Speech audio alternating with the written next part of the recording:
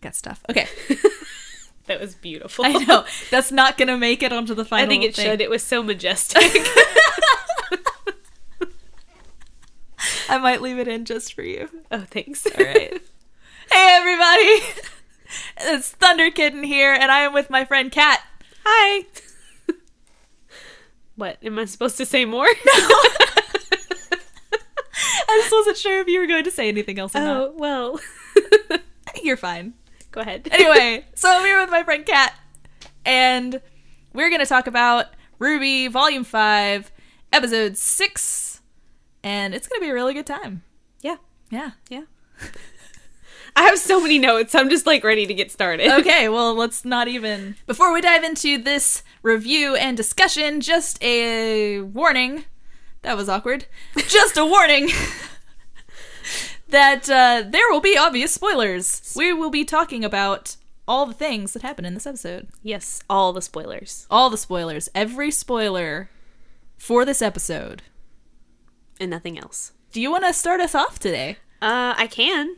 Do you want me to, like, describe the scene that we're going to be referring to? If that is what you choose to do. Okay. You're making this very freeform. That's exactly what it is. Okay.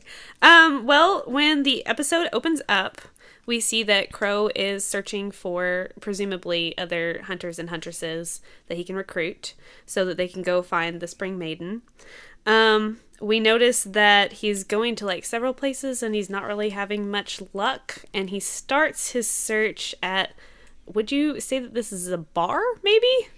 I don't know. I don't know what it is. The guy is, like, whittling or peeling potatoes. I'm not really sure. Yeah, I couldn't figure that out either. I was like, is that wood? Is it a potato? He's a tradesman of some kind. He's a tradesman. You know, he could be whittling potatoes, for all we know. He's a potato whittler. Yes. Do we know this man's name? Or we name people on this show. What is his name? Potato whittler. That is his occupation. Bob. Bob the potato whittler. Yes. Okay, so we've got Tim the plane driver. We've got... I liked Mullet Man. It was Mullet. It was, oh, what was his name? It was, Mr. Mullet. He had an extravagantly long name. It was fantastic. It was something creep. I don't remember. Toothless Creep. Toothless Creep. That is. Toothless Creep. It was Mr. Mullet Toothless Creep. Yes. It was a hyphenated It was name. hyphenated. Which is amazing, by the way. Oh, it just makes me happy that you listen to these episodes. Of course I did. So now we have Bob the potato whittler. Yes. So yeah, he's talking to Bob the potato whittler, and he's asking him for Shiro Wan. Yes. So, and of course, the potato whittler responds that he hasn't seen him. Rather violently, actually. Rather violent. He gets kind of... aggressive. I was going to say disgruntled. Also a good word. I was going to be a little more soft-handed with that, but you know... I don't think there's anything soft-handed about pointing a knife at somebody. It's true. I was trying to give him the benefit of the doubt. He's had a hard day of potato whittling.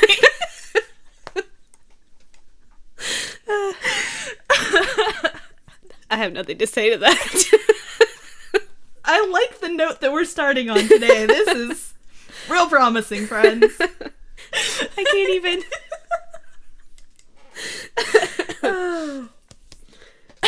So, please continue.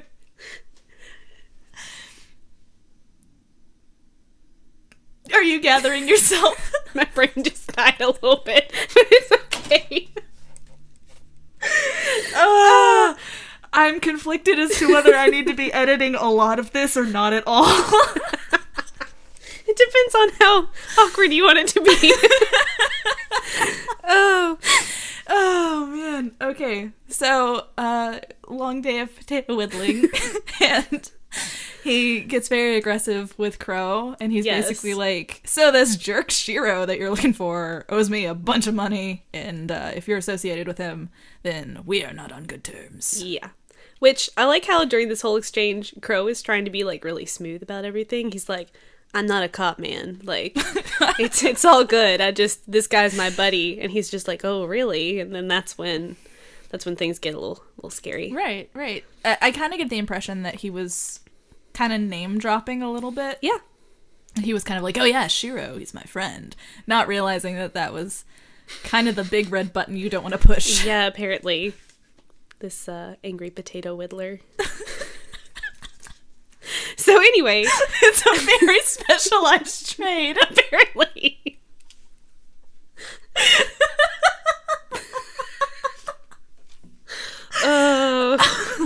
Well, you know what they say about Mistral. It's the home of all the artistic trades, including potato whittling.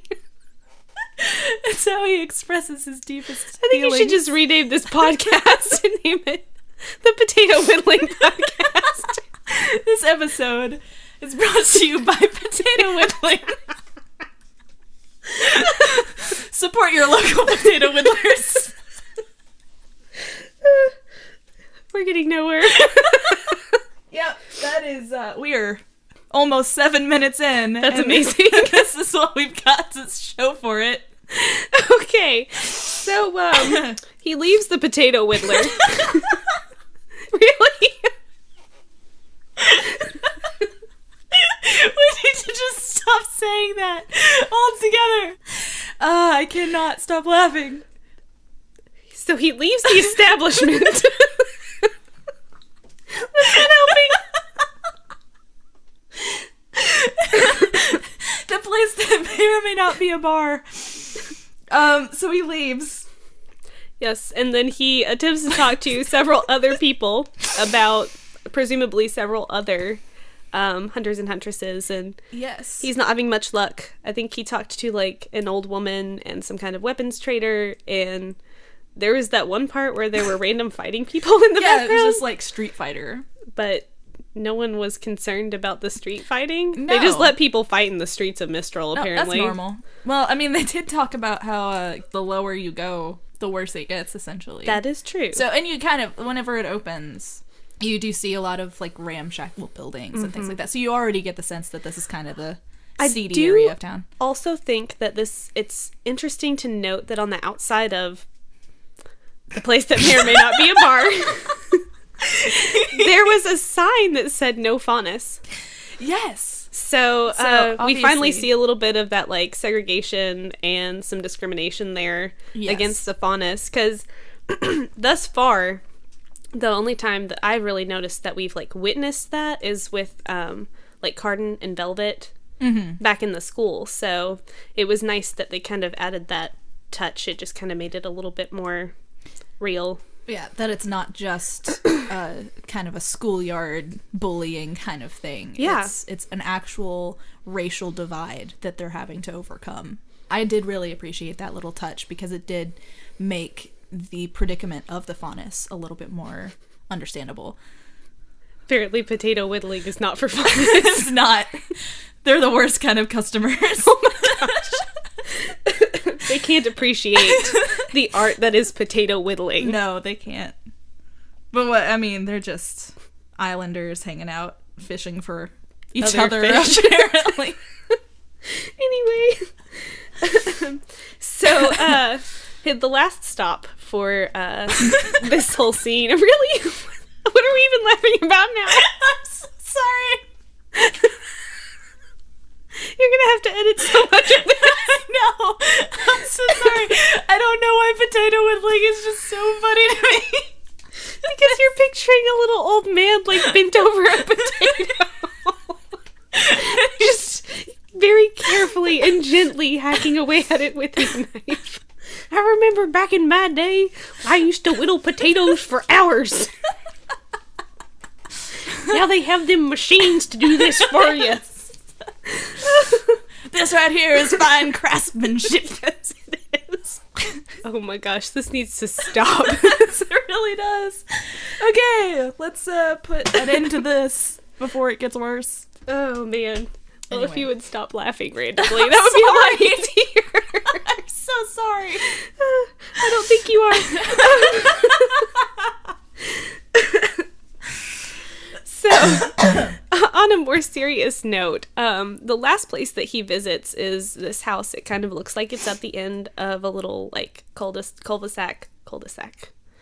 I'm not going to use that word. It's a cul-de-sac. It's at the end of a street. Yes. And so when he knocks on the door, of course, there's a man that answers it. And at this point, Crow seems like really frustrated, which is kind of understandable. He's obviously been having a bad day. Yeah.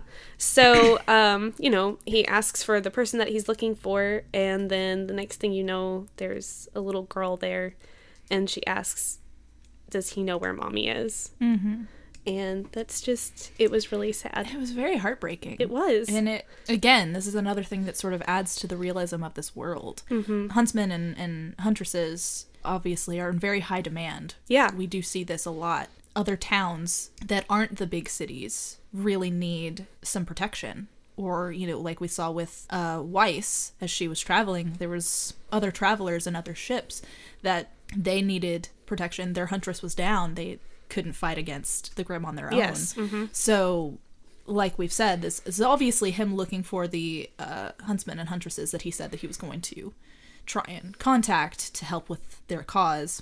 And whatever happened to her, I'm guessing that she went out on some sort of job and just never came back. Yeah. And it's also just kind of like makes you realize that it really is a commitment for these people that are training to become hunters and huntresses, because they do have families and they have people that they have to leave behind whenever they're doing these missions and things. And I don't know, it was just really sad. It was.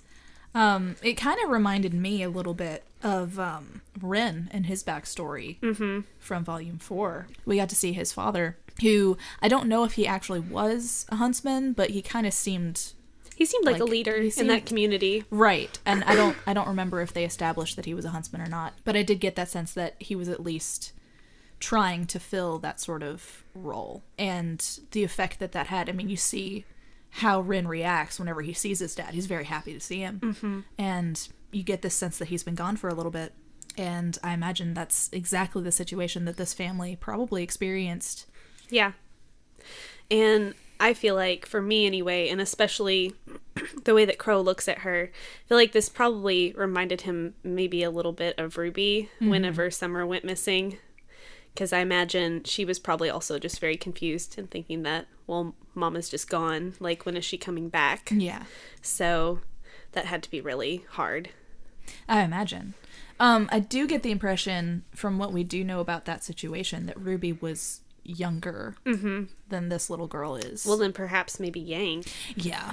Because, I mean, from what we heard of Yang discussing Summer before when she was talking to Blake, she really considered Summer to be more of a mother figure for her. Yeah, doesn't she refer to her as a super mom? Pretty much, yeah. At some point? Yeah, you do get that sense that she knew that Summer wasn't biologically her mother, but she still considered her... She was mom. Her mother. Yeah. And, I mean, obviously she was there when Raven wasn't. Essentially. Oh, boy! Gonna open that can of worms later. Yep. What I thought was really interesting is we got to actually see the list of all these different names of all the people that he's looking for. And I can't help but wonder if there's actually, like, references to other things on that list. Yeah. Rooster Teeth is notorious for adding references, especially to their other intellectual properties. I'm not as familiar with some of their other shows. I did see Carolyn on the list, and it made me think of Carolina from Red vs. Blue. Ah. I don't think that's actually what that was, but it just made me think that, and I think that's kind of what started that thought process in my brain. Like, oh, are there references? So I haven't checked it out, but I really haven't either, but yeah, it would not surprise me at all. That's it. Oh, okay. Well, also in that scene with the names, I have to say I'm going to comment a lot on the graphics and stuff because I just think it's so amazing that they've come so far. Yes. With the way that some of the things look in the background and the water in that scene, like in the pool, the ripple effect that they had on it. Very nice. It is beautiful. Well, yeah, you do get to see a lot of improvement now that they've got Maya. We talked about when you and I went to go. I knew this was going to come to up. the premiere of the first episode, and we're sitting in the theater, and you're just like, you know, we're all like, oh yeah, this is great, this is awesome, we're getting RWBY and all this stuff, and you're just like, the grass is so pretty. It was beautiful. I mean, you weren't wrong. It was gorgeous, but it was just really funny. I had David on one side and I had you on the other, and it was just a really interesting experience for me because me and David kept making jokes and references.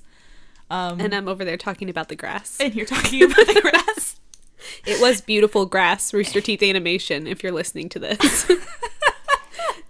It is gorgeous. Everything about the scenery thus far in this volume. Texturizing has just been awesome. It's been awesome. I feel like there's a noticeable difference between Volume 4 and Volume 5. Oh, yes. Yeah. I mean, even in Volume 4, we were like, oh, wow, look at all, it's so pretty. And then Volume 5 was like, oh, wow, look, it's so pretty. Yes. Well, I mean, when the bushes go from being amorphous green blobs to, like, you can actually see the individual leaves, like, rustling in the wind. Yeah. I mean, that's a huge improvement. That is a huge improvement. Also, whenever the people in the background go from being shadow people to being, two guys street fighting.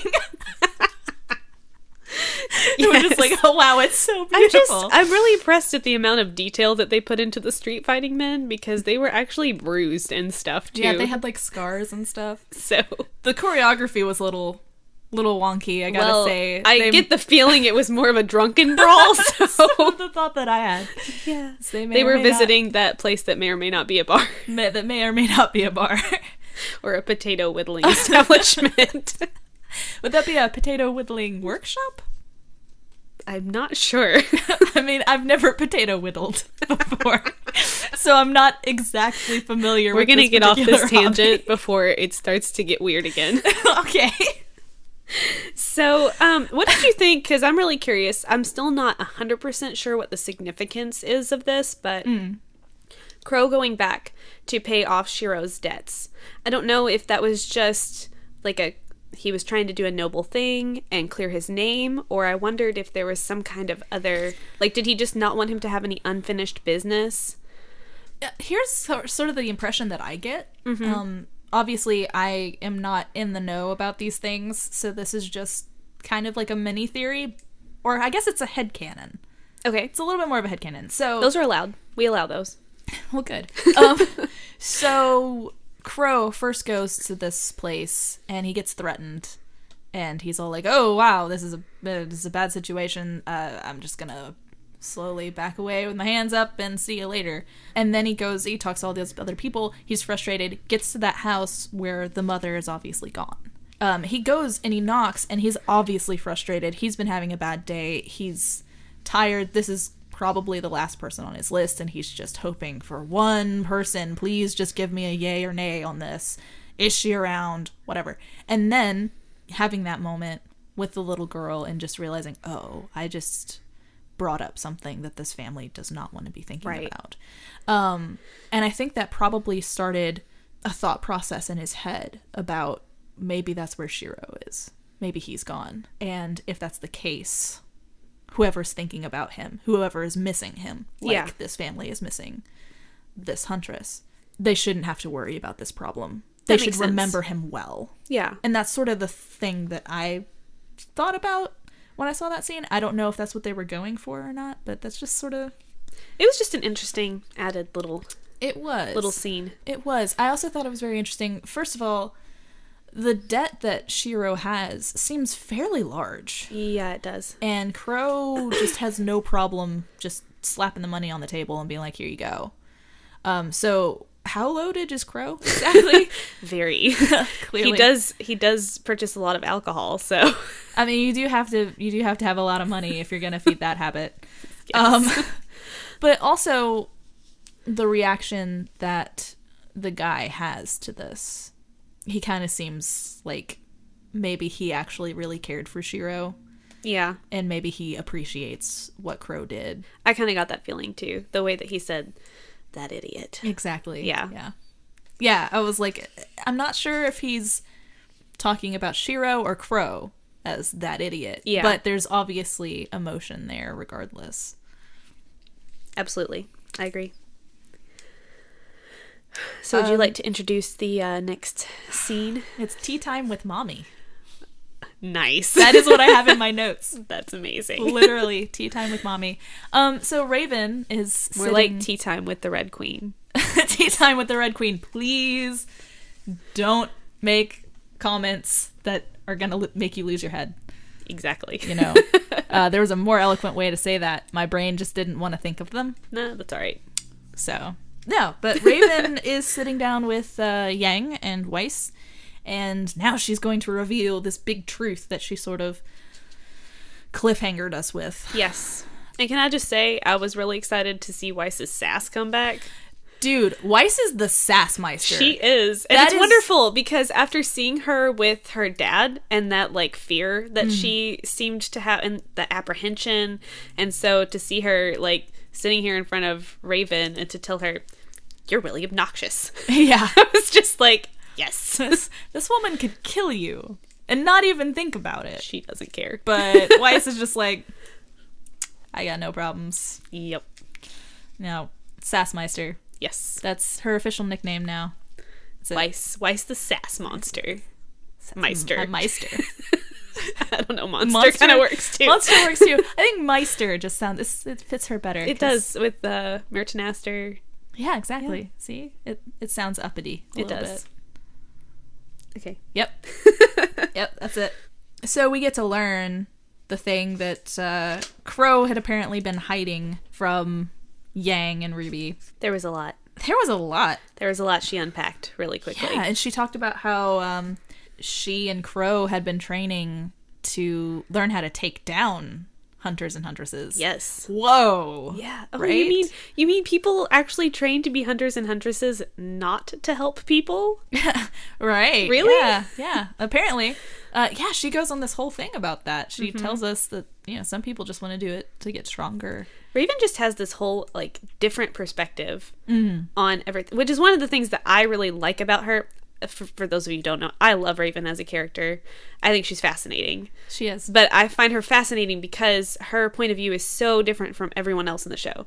Everyone else in the show is about, I want power, or I want, to do things for the better good, or I want to protect my friends. But Raven is just kind of, she's got this whole other outlook on everything. Right. So she's very interesting. I think Raven considers herself a realist. Yeah, I would say that for sure. She's very harsh about reality. She is. I think she considers herself a realist, not that I consider her a realist. Yes. You know? Yes. There is a distinction there. There is a distinction. But I think that she likes to be an observer of the world. And however she takes it, that is her truth. She's totally chaotic neutral. Like, she Absolutely. is just her own. Yeah. Yep. She doesn't want to be involved in anything. Yeah. Except for her own survival. Like, yeah, her priority is herself and her way of life. She's just like, as long as you guys aren't bothering me, whatever. As soon as you start bothering me, I'm going to bother you back. I thought it was really interesting, the parallels between Team Stark and Team RWBY in the way that Ozpin treated them. Yeah, so he treated Team Stark the same way that he treated Team RWBY. So we get to see he's not unfamiliar with this idea of favoritism. He was grooming them. He was. Which, again, just is like, what is he grooming them for? Yes. What is going on? And just the line, the Oz has a great and terrible secret. As many of you guys know already, I'm a huge Wizard of Oz fan. I did not notice this until you just now started to say this. Yeah, so the great and terrible, just the yes, that's a reference. That's amazing. That I appreciated it. Wow, it's such a teeny tiny thing. So I also find it interesting that Raven keeps referring back to their tea, like throughout this whole like. You better drink your tea. I get the sense that she really wanted this to be less confrontational. Like she really did, since Yang came and found her. I think that she was really hoping that it was going to be a little bit more like a heart to heart rather than you give me what I want right now, and like, no, you have to listen to what I have to say first. And I don't think she was really wanting it to be that way, but right. She kept trying to get them to slow down. Yes. She kept reminding them, the tea is better hot. Don't let it get cold. That, or she was just really trying to be a smart aleck. I'm not sure. I don't know. It could have gone either way. I don't know. Or she's just a tea enthusiast. which Maybe I empathize. she really loves tea. I mean, who doesn't really love tea? Crazy people. I wonder what kind of tea she drinks. Depends on if she's going for something that's going to calm her or something that's I feel like I see her as like an orange zinger kind of person. Something really zesty. I don't know. Orange zinger. Okay. I'm not even sure that's a kind of tea, to be honest. I mean, raspberry zinger is a that would work. tea. You know, raspberries are red, like most of what she wears, so that's true. maybe she's into that. Yeah. Birds also like raspberries. So I'm just going to leave that Solid there. theory. Proven. Yes. Kat proves it for us. I would love to use that as a segue, but we need to talk about some other things first. So, okay. We'll come back to it. Yes. We'll come back around and we'll make it flawlessly segue into whatever you're going to segue it to. Yes. So, I'm sorry. I'm like totally controlling all of this. I have so much to say. No, please. Okay. So, there was a lot of like sadness in her face. I felt like the animators added in there. Maybe I'm reading into it too much because I really want Raven to be a good person deep down. But yeah, I just felt like some of the things that she said when she was talking to Yang she was actually just very disappointed in the way that things turned out for her and her experience. Right. And especially when she said like, you know, you can go back to your uncle and you're full of a father. The way that she said that, I felt like a lot of people, like the first time I watched it, I felt like it was a biting remark. But then when I went back and watched it again, I felt like she was almost like sad that that's the way that ended. But I don't know. Yeah. I could be reading into that too much. I can see that. Like, almost like she was going to say, essentially, I'm going to hurt you because you hurt me first. Yeah. Kind of thing. I just gotta say, I really liked how we get to see another little hint that Yang has always been a daddy's girl. Yeah. That's just it. Because notice how Absolutely. she does not get aggressive until that comment about Tai Yang. Yeah. She talks about Crow. And then, of course, Yang says, you know, you can't talk about my family that way. Yes, which totally excluded Raven from her family, which I thought was a very interesting choice of wording. Yeah. But yeah, she definitely had a sore spot when it came to her talking about her dad like that. Right. But we could see that they have a very close bond because all through, you know, volume 4, yes, when she's training with him, it's like, it's really clear that they're very close. They are very close. And I would even tend to say that he's not even as close to RWBY as he is to Yang, really. Very possibly. But I don't know. That goes along with another theory that I have we won't get into here. Oh, yeah. Yeah, that one. Yeah. Kylie doesn't buy it. I don't buy it. But we won't get into that. Yeah, then they go outside. Oh, boy. Like I said, birds really like raspberries. Yeah, so apparently that's Oz's doing. That's Ozpin. And that confirmed so many theories about this, like, can they turn into birds? Because they gave us that teaser back at the end of, was that at the end of volume 3? Yes. Yes. And, you know, Crow jumped off the cliff and then all of a sudden a bird flew off and everybody was like, oh, he's a shapeshifter. And then some people were like, oh, it's just his familiar. And there were lots of theories swirling around. There was also the theory that he jumped off and just scared a bird that was perching there. That would have been amazing. That would have been Rooster Teeth trolling everyone. I know, that was my favorite theory. That's amazing. Personally. Oh, man. But, you know, this is really, it's very interesting, and I was really glad to see it confirmed because, you know, Yang even says, I've seen that bird before. And we have seen that bird before. Yes. Many times throughout the series. It has popped up, like, throughout, even, like, back as far as, like, volumes, like, 1 and 2. Like, you can see the birds around. So I have to wonder how many times that was Raven or was that Crow. And yeah. So there have been lots of Raven/Crow sightings. Yes. Including, I would like to point out, because I have a theory that Raven cares a lot more about Yang than she lets on. There was one outside Yang's window. Yeah. After, you know, when she was recovering from losing her arm. So I just have to wonder if that was Mom kind of checking up on her, even though she did not come to her rescue this time. Right. So I don't know. Yeah. Well, I mean, I think that Raven clearly cares for Yang a lot more than we initially thought. That whole conversation that they have outside before they go in for tea, that really shifted my perspective of their relationship. Well, even the conversation that they have after she shows her, her transformation, and then they start talking. I feel like that whole conversation was really Raven trying to convince her to stay, but just not being very good at it. And yeah, I have to wonder, like, I feel like she cares a lot about Yang, but I just feel like she's just not very good at being mom, if that makes sense. When you, like, go back and look at her conversations where she's talking about her and Crow and how they grew up, it doesn't really sound like parents were in the picture. She often says that the tribe raised them. Yeah. So I start to wonder if she really even has anything to, like, model herself after, and, like, she's just showing Yang tough love in her way of thinking, but she's not winning Mom of the Year. No. So. No, she's definitely not. And she talks about Salem. Yeah. And she talks about how she can't be reasoned with.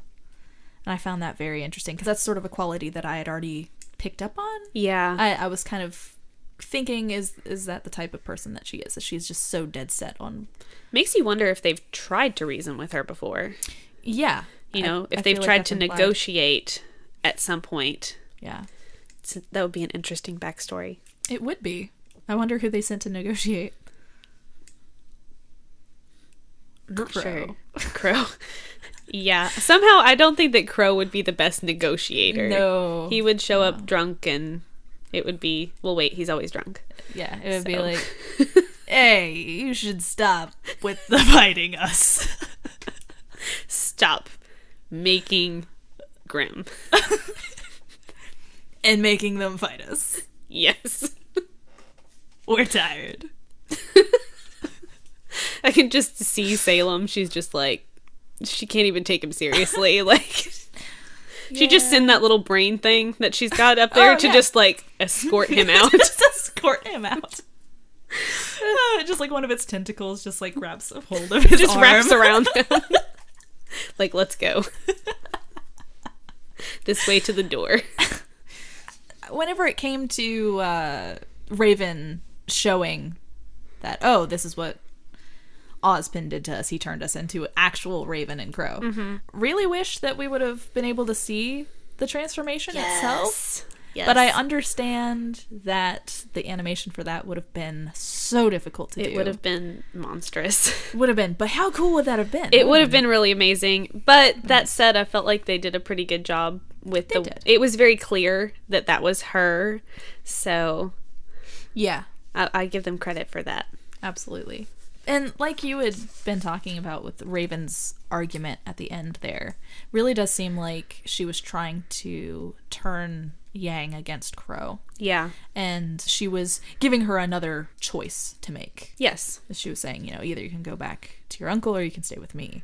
And then Yang, of course, again, chooses option number 3. Like, RWBY. Yeah. That's really all that matters to her at this point. And I love that. I love how loyal she is. Yes, to her sister. Yeah. Yeah. She's got to look out for her. And she's lovely. She's so concerned about her sister that she doesn't even care that Raven's all like, well, I could tell you everything. Or you could risk going back to your uncle who has been lying to you all this time. And along with Ozpin. And not give you the answers that you're looking for. Well, I don't care about the answers. I just want to go back to my sister, thanks. Yes. See ya. It's very sweet. And Raven kind of chooses to end it on a threat. She's a little bit, yeah. She's all like, I won't be so nice this time. I did find it really interesting that, whenever Yang says, oh, you weren't too nice this time either, that Raven says, I know. That was one of those moments I was just like, ooh, yeah, that hurts. It does. Yeah. But I think, again, that's just showing that she knows that she's not being the nicest person, but she thinks that what she is doing is right. Yeah. So she's acknowledging that she's not exactly the most capable mother, and she seems like she doesn't even really know how to talk to her daughter. Actually, I kind of get the sense that she talks to Yang like a subordinate. Yeah. Like she would the rest of the tribe. because she's their leader. Yeah. So that's all that she really knows. Those are her relationships. So that's it. Yeah. Interesting. Makes you wonder what kind of relationship her and Tai Yang had. Yeah. If they had a relationship. If any. Yeah. It's just, I like to think that they did, but you know. I like to think that he thought that they did. I think that's kind of, I feel like that's actually how it happened. I feel like he was like head over heels for her, and she was just kind of like, you're convenient. Oh my gosh. I hope that's not the case. That seems so cruel. It sounds so awful, right? Oh. But I don't get the sense that Raven is the type of person who was like, yes, I want to have a family. Yeah. I don't think that Yang was an intentional pregnancy. No. That's just my thought. Yeah, I mean, I can definitely see that. I don't know. I could be wrong. I'm okay with being wrong. We won't know until Rooster Teeth animates it and tells us, so they better get on that. Yes. We want Stark backstories. Chop chop, Rooster Teeth. Right now. Speaking of Rooster Teeth, though, I wanted to say kudos to the animators for the last scene, because segueing here. Oh, yeah. So the last scene is when we go back to RWBY and friends. Yes. RWBY and company, as they are preparing for what they think is going to be Crow bringing home all of these hunters and huntresses that he has found throughout the day. Yep. And they're preparing dinner, which Nora notes that they're making a lot of food, but I think it's just because she wants to eat it all. It is good to know that she likes food that isn't exclusively sweets. Oh, yeah. She actually ate a carrot instead of more jars of maple syrup. I know. So apparently she's just hungry. Yes. She doesn't discriminate against food that groups. Could also explain, she seems to have calmed down a little bit. Maybe she's not ingesting as much sugar.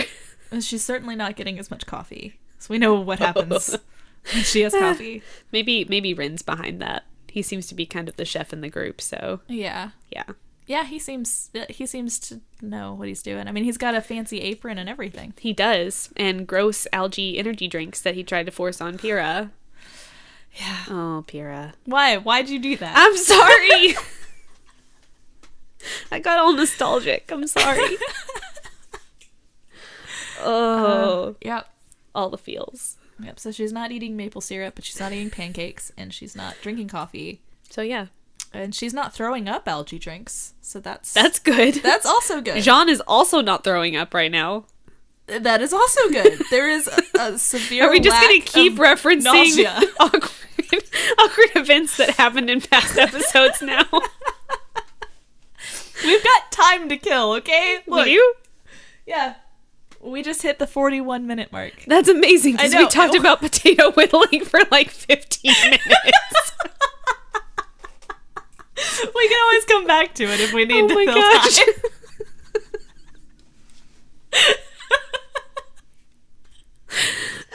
We are almost done, too. It's amazing. We are. So, anyway, they're cooking. And then after, wait. Is there a knock at the door, or is it that Crow calls them in? I can't remember. Crow comes in, and he calls RWBY into the room. And so after RWBY burns whatever it is that she's cooking, I don't know what she was cooking, dude. I don't want to know what she was cooking. So she leaves, and what does she find in the next room? It's her sister and her partner. And I mean, that scene was beautiful. It was. It was very emotional. The animation for RWBY in the shock, I thought was great. I mean, the apprehension and the way she was kind of pacing in place and looking around. She didn't know, where to set her eyes, and I just thought that it was really well done. Yeah, she was very nervous, and she obviously felt very guilty for leaving her sister behind. And you really get that sense that as much as she really wanted to see Yang, she wasn't really prepared to see Yang. No, and she was kind of scared. I don't think that she was concerned about how her sister would react to seeing her again after having to hunt her down. Yeah. So, yeah, it was a beautiful moment, though. It was a beautiful moment. I got all the feels. I audibly squealed whenever I watched it. It was so gorgeous. It was really well done. Yang just cuts her off immediately. She just hugs her. Yes. And this scene is super touching. However, I feel like the actual hug like the animation for that was a little It stiff. was kind of awkward. It was really awkward. Oh, however, whenever they pull Weiss in for like the group hug. Yeah. Yeah. The hug trifecta. I like that. That looked a lot better. It did. It looked really good. Maybe that's because they are better when they're a team. Oh. So when they go for like the quadruple hug, it's going to be perfect. It's going to be beautiful. Perfection. Yes. The tetra hug, if you will. They're actually going to form a pyramid with Blake on top. With Blake on top? Yes. Why Blake? I mean, isn't Ruby the smallest? Well, she's kind of the most, like, acrobatic, I would think. That's fair. So, you know, she's a cat. She can, like, climb their bodies. Here's a question. Because cats weigh a lot less than other things their size. So does Blake weigh less than somebody typically her size? That would explain a lot of things. It really would. Like how Sun is able to just launch her through the air during that Seagram battle, because that was kind of... Wow. Yep. There was definitely some Final Fantasy vibes going on there. There definitely was. Yeah. But I mean, you see she her, must be pretty strong, though, because she caught Sun later, so... It's true. If she is lighter than other people her size, she must still be pretty sturdy. I suppose. Not delicate. Although density does play into, physics. Yeah.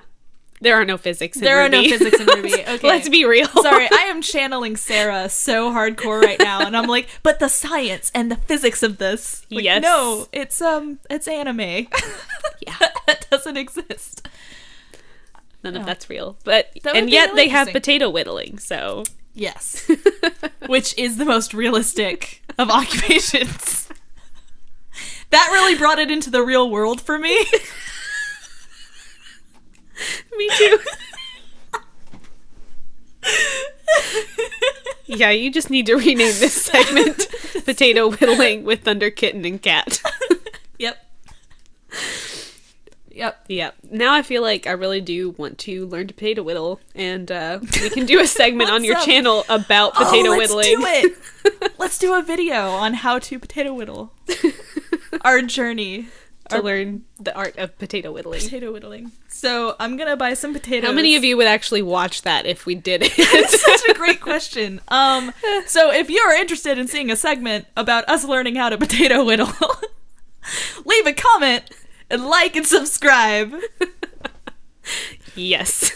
Also, giving us money does not hurt. So we can buy the potatoes. We have to buy potatoes. And whatever tools we need to whittle them. Whittling tools? Is it just knives? Is it like woodworking? It would have to be like woodworking tools, right? Can you use those on potatoes? We have to. We have to figure this out. Well, I do work at a craft store, so see? We can make this happen. We are going to make this happen. Okay, I'm game. Yep. Let's do it. Let's do it. Potato whittling. Potato whittling. I mean, okay, so I make I have to look it up and see if this is a thing. Let's Google it. We're Googling potato whittling now. The episode has gone from being a RWBY review and discussion to being a Google. I really thought that I would have more to say about this episode. You were talking an awful lot about it before the mics were recording. It was so emotional, the whole thing. But, I don't know. And you've been really excited to do this. I have. So the only thing I forgot to talk about was how, Crow, didn't drink his alcohol after he visited that last house. That's true. He, pulled it out and then was just meh, and just stuck it back in his coat, which I think is the first time in the show that we haven't seen him actually just, down the whole flask there. So apparently you can whittle with a potato peeler. Can you? So I'm thinking you can whittle wood with a potato peeler. So I'm thinking you could probably just whittle a potato with a potato peeler. I would imagine. Whittling wood using potato peelers. You guys had no idea you were going to get this much interesting information about whittling potatoes. Yep. Fun fact, if I type in potato whittling, the autofill has no idea what to do with it. That's awesome. That's amazing. It's just like, wait, did you mean potato whitening? No. Apparently that's no, a thing. we did not. Whitening? Why would you whiten a potato? I mean, for Can I just say that the number of things that we've talked about in this segment that are actually about RWBY, and then the number of things that we've talked about in this segment that are not about RWBY are very incongruent. It's kind of sad looking back that we expected something different than what we got. Like, we should have known better that this was gonna happen. Well, because you and I, as far as I know, are the two most, like, circuitous talkers that I know, so... Yeah, like the talk that we had in my kitchen. Oh my god. Before, like, that was we had this whole hour and a half conversation, and then I was like, oh, right, and this thing that I had started talking about at the beginning of the conversation. Exactly. Bringing it back. Yeah. Yep. Somehow we started out talking about Icon for Hire. Yes. And ended talking about Skyrim. Yep. So...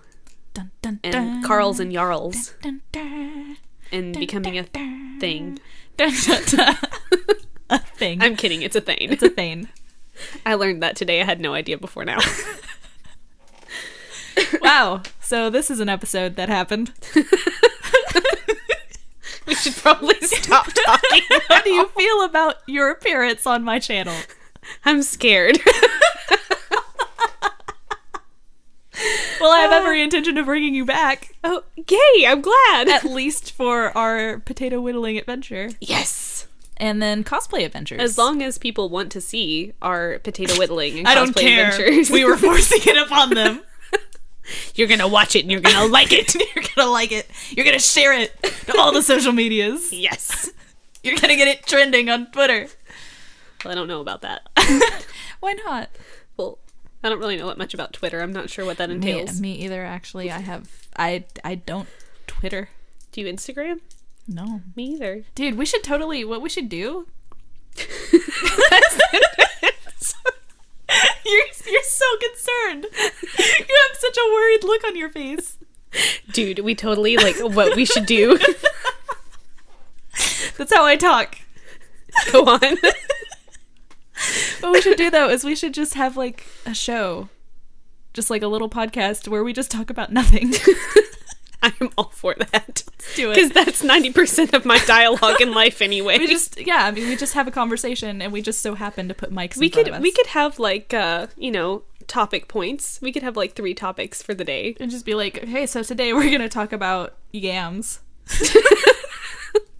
They're not nearly so easy to whittle as potatoes. We should try to whittle those too. We should just find like all the tuberous things. Try and see can they whittle. Today we're gonna whittle radishes. Tomorrow we're gonna whittle turnips. And join us next month as we whittle carrots. Man, that would be really tricky. It would, because they're very skinny. I made a snake. Yay! Yay! I'm so proud of you. Or a tiny orange walking stick. It's not really good for supporting you. So don't lean on it. If you dried it out, would it be? Or would it just get more bendy? I think it would get brittle if you dried it out. I wonder if you could encase it in something. Now we're talking about the integrity of a carrot walking stick. I mean, maybe Nora would know. She does like carrots. It is, okay, it's official. We can talk about anything. We can literally talk about anything, which is incredible. All right, we're done. This is it. All right, so thank you so much, Kat, for being on my show. Thank you for having me. I'm glad that I could enlighten you all. Yes. It has been such an illuminating experience. It has, indeed. And thank you to all of my subscribers. Thank you for anybody who put up with this episode, because wow. And I apologize. Just it was just like a perfect storm of you and me and just things. It was exactly what I expected, let's be honest. But it was so beautiful. It was a good time. Thank you all. It was so good. So if you for whatever reason, would like to see more content like this from me, please like and subscribe, comment below, all the things, share it with your friends.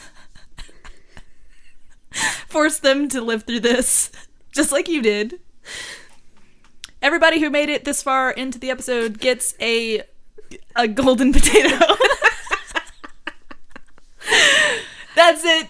Goodbye, everybody. Bye.